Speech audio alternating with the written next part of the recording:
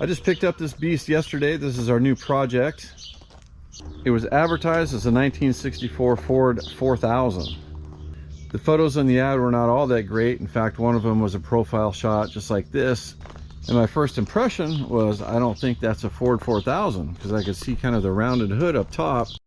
Much like the hood on my Ford 960 here. It's kind of got the same shape. And in fact, it even has the same type of door on top. But I got to looking at it a little bit more closely, and it is in fact a Ford 4000. But this was the first generation 4000. These were made from 62 to 65, I believe. And in fact, during the run of the Ford 4000, there were 3 different body styles, which I did not know before.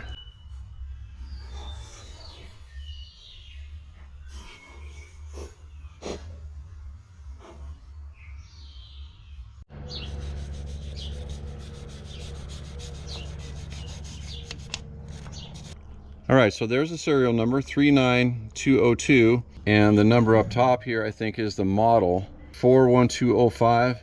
So in my opinion, this tractor still has the old look and styling of the, you know, Ford tractors from the 40s and the 50s. You know, that's before they went to the square hoods and the all blue paint. I've been looking for a front loader for quite a while. Number one, I wanted to get another Ford tractor. I also wanted to find one with a really substantial front loader like this, and an engine with enough horsepower to actually run it. So I saw this advertised for sale locally right here in our town. In fact, it was only 1.6 miles away from our house according to the GPS. So I figured at least I had to go look at it. The guy I bought it from was really nice. He said he was 81 years old.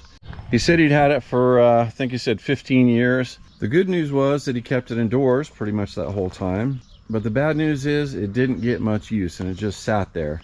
And we all know that's one of the worst things we can do to these old tractors, is just leave them sit around and not use them. So anyway, this one does run and drive. The bucket operates. I'll show you all that in a few minutes. So because it's been sitting around for so long, there are quite a few things that need to be addressed and serviced before I can put this back into use. I really haven't looked at it all that closely yet, but I'll give you a walk around and let me point out some of the things that I've seen so far. The tires are clearly old, but they're actually in decent condition. There's not a bunch of cracking going on or anything like that. The wheels are all pretty good. The only issue is this wheel back here. I think we've got fluid in this tire, and we've got some leakage going on here causing some rust. So, you know, it's not terrible, but we might have to keep that in mind for the future. But the rest of these wheels are all pretty darn good. It's got the larger style PTO spline. The 3-point hitch does work as it should. We're missing a top link, but I think I've got 2 of them around here that we can switch back and forth from different tractors. The seat is pretty interesting. It's got a spring on it, but it goes straight up and down like this. We definitely need a pad for the seat because that's just metal right there. Voltmeter on there. We have water temp, oil pressure, all of them work. Got your standard type throttle. And as long as we're right here, might as well talk about the Selecto speed a little bit. Notice there's no gear shift. This is the gear shift. You rotate the whole thing like this and it cycles through the gears. Okay, I'm sitting in the operator's position now, and right now it's in park. And when it's in park, the tractor won't roll. It's got some sort of a braking system automatically engaged when it's in park, kind of like a car. Anyway, if you rotate the handle, it's got 2 reverses. We've got a neutral and 10 forward gears.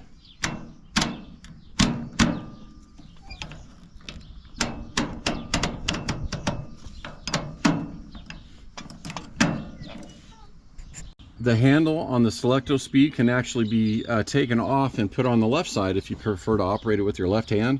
You know, it's kind of like a fishing reel. You can just take it off one side and put it on the other. So down here on the left side is where the clutch pedal would be. The manual calls this an inching pedal, and from my very limited experience, it works pretty much just like a clutch does. You push it all the way down with your foot and the tractor will stop moving, and then you let it back out again and the tractor will go back into gear and start moving again. One of the really big notable things about the Selecto Speed is that you don't need to depress any type of a clutch to change gears, and you can select gears at will while you're using the tractor. This was originally a 6-volt system. Somebody already converted it to 12 volt, put an alternator on it. It's got the standard Marvel carburetor, factory sediment bowl there. The previous owner didn't know how old that battery was. It did have some charge to it. We were able to get it running enough to get it on the trailer, but it does seem to be taking a charge. I had the charger connected for a few hours last night, and again I reconnected it this morning, and it seems to be charging. We just don't know yet if it's going to hold the charge.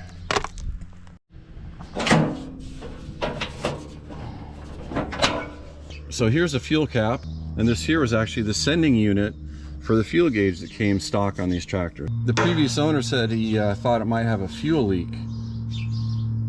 but I have not observed any type of fuel leak yet. That's the same level it was last night after I put a couple gallons in. It's been sitting all night. So this is a Davis loader, Midwestern Industries Incorporated company. Looks like the model is 101A, and it's got a serial number. But we've got one issue with the bucket, and that's right there. You can see it's cracked. I have no idea how long it's been like that. It looks like it's been, you know, for quite a while, because it's all rusted out there around the edges. So I think the structural integrity is probably still just fine, because the rest of it is all intact. But I'm gonna look into that and see if there's any way that I can maybe repair that or have it repaired, just so I don't have to worry about it. So although this has been sitting indoors for 10 or 15 years or whatever, it's pretty dirty in the front here, which is, you know, indicative of some type of an oil leak. So I'll have to get this thing thoroughly cleaned up just to see if there is a leak somewhere, and if so, where's it coming from. We do have some wetness down there below the radiator. That is coolant. I verified that yesterday. It's coming from somewhere up above. I haven't determined the source yet, because like I say, I haven't really got into this thing yet. The hood is a little bit loose. It feels like it's missing a mounting bolt, maybe down in the front or on both sides up front. This tractor does have power steering, which is nice, because the front, you know, is quite a bit heavier with that loader on it. I checked the rear end hydraulic oil. It looks fantastic. It looks actually semi-new. And the engine oil also looks excellent. It's not contaminated at all. The oil looks like it's pretty new. It's still, you know, sort of a golden color. Only issue is, looks like we've got an oil filter that's been on there for 10 or 15 years. So we'll have to probably do an oil change, replace that filter. These are the hydraulic controls for the bucket. The one on the left, pull back to raise it, push forward to lower it, and the one on the right is for the bucket operation itself. Pull back to raise the bucket and push forward to tilt the bucket down. The start button is right up under there, which I believe is not factory. I think it was up there somewhere before. And it looks like a previous owner at some point has put in their own fuse box for some reason. I have no problem with, but maybe we could improve upon that, put a cover on it or something. The brakes do work. It's got a coolant heater if you want to use that for the winter. The last thing I want to mention before we fire this up is this PTO handle. You supposedly pull it out to engage it and then push it in to disengage it. And again, the PTO is completely independent of the tractor and the transmission. But even when the handle is all the way pushed in, the spline still spins. So that doesn't seem quite right to me. We'll have to look into that as well.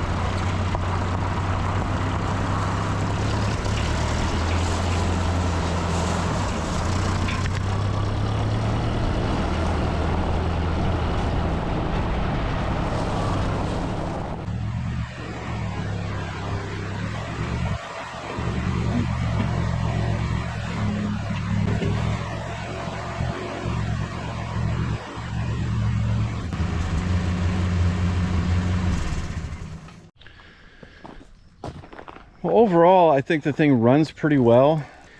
It's probably way overdue for a service, you know, a general tune-up type of a deal. I don't think there's anything major wrong with the tractor, but there are a lot of little things.